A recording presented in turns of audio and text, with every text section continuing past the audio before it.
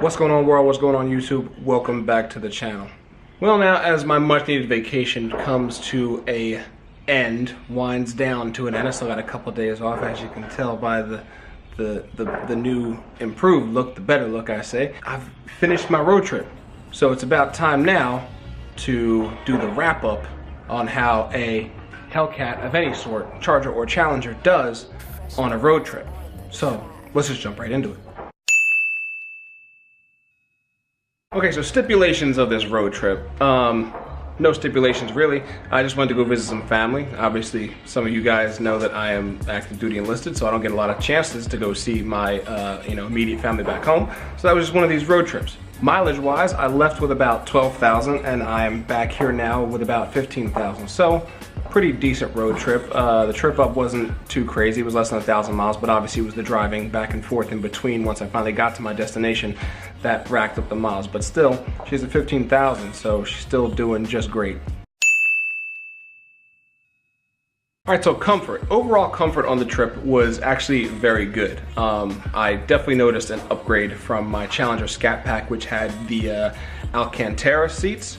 I definitely noticed the difference. The big bolstering on these other seats was great. It was plush the whole ride, and it definitely helped my back support, because I do have a little bit of back problems, a little bit of knee problems. But obviously, because it's a big old car, it's a big old boat, I had tons of room to stretch my legs. I had tons of room to stretch my back. When I did stop, I didn't really need to do any extra stretches or anything like that to get me back aligned and whatnot. The comfort was outstanding, so it was great for a road trip. Practicality. Obviously, it was very practical. If I needed to pick up anything, I could always put it in my back seats, because I have 4 doors, or I could always put it in the trunk because I have a huge amount of trunk space. For speed-wise, I didn't really use any of the power too much. We'll get to that in the next portion. But yeah, I didn't really use too much of the speed, I didn't really use too much of the power. It was just a general drive there, do what I gotta do, drive back. So practicality in that case was great. The car didn't let me down.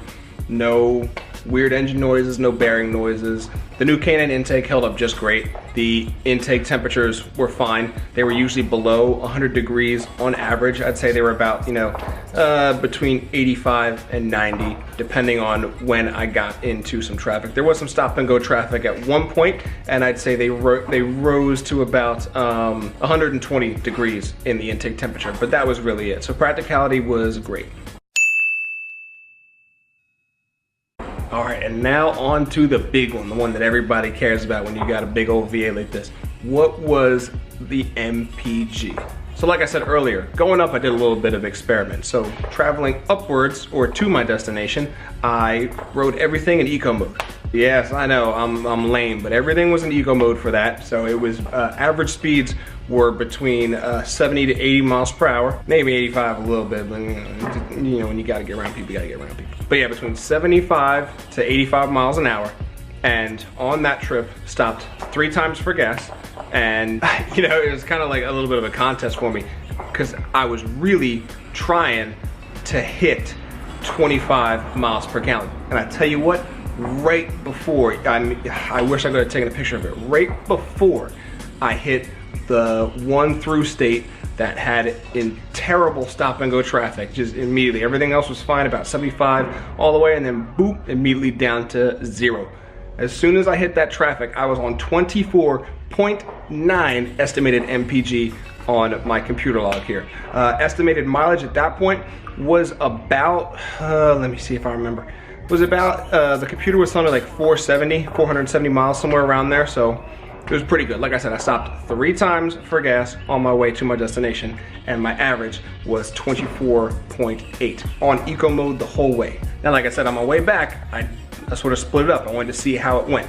So on my way back, my first half, on my second stop for gas, I was in eco mode. So with that, on my first half in eco mode, I hit about 23 miles per gallon on the nose. Then, like I said, I tried a little experiment. So after getting back in my car, my second round of gas, hit that SRT button 2 times, boop, boop, which if you didn't know that switches it to your custom mode immediately. Drove the rest of the way, the same average speed, 75 to 85, 86, 87, and I actually made 22.1 at that point.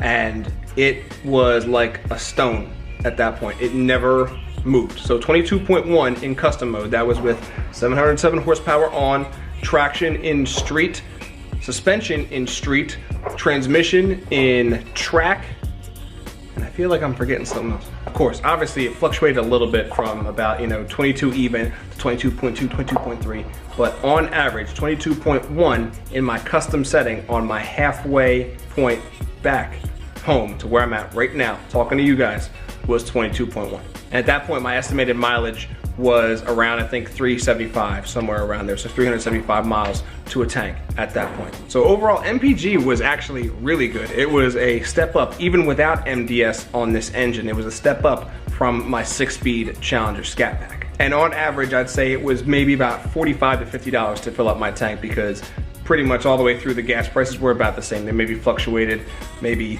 30 to 20 cents between states, but that was really it. So about 45 to maybe like $52 at the most to fill up my tank. But overall, would I recommend any sort of Hellcat for a road trip, especially a long road trip such as the one that I took, or a longer road trip like the one I took? Absolutely. I would absolutely recommend it. It's a comfortable car, especially if you have like, a fully loaded package. It's comfortable, it's practical, and the MPG is good. It is of an average, regular highway daily driver car. Obviously, if you're going on a road trip with your Hellcat, I suggest protecting it with any one or both of the products that I use to protect this lovely gal here, which if you haven't seen that video, I'll put a card in for it right now so you can see the products and the reviews on the products that I use to protect my car during this road trip. But anyway, guys, I hope you enjoyed my little wrap up of my road trip and how the Hellcat and I did on the road trip. Obviously, we're back safe. We're talking to you guys now.